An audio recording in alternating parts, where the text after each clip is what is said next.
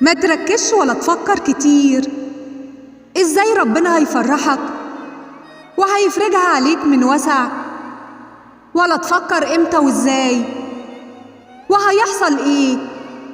طب اعمل ايه؟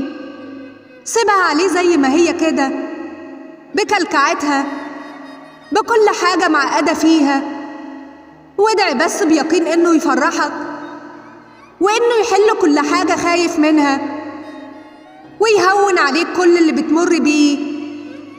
ما تشغلش بالك بالطريقة، هو اللي هيشيل الهم اللي في قلبك، هو اللي هيسعدك ويعوضك، هو اللي بإيده كل شيء. في لحظة بيبدل أحوالك إلى أحسنها ويفرجها عليك من حيث لا تحتسب. فاطمن.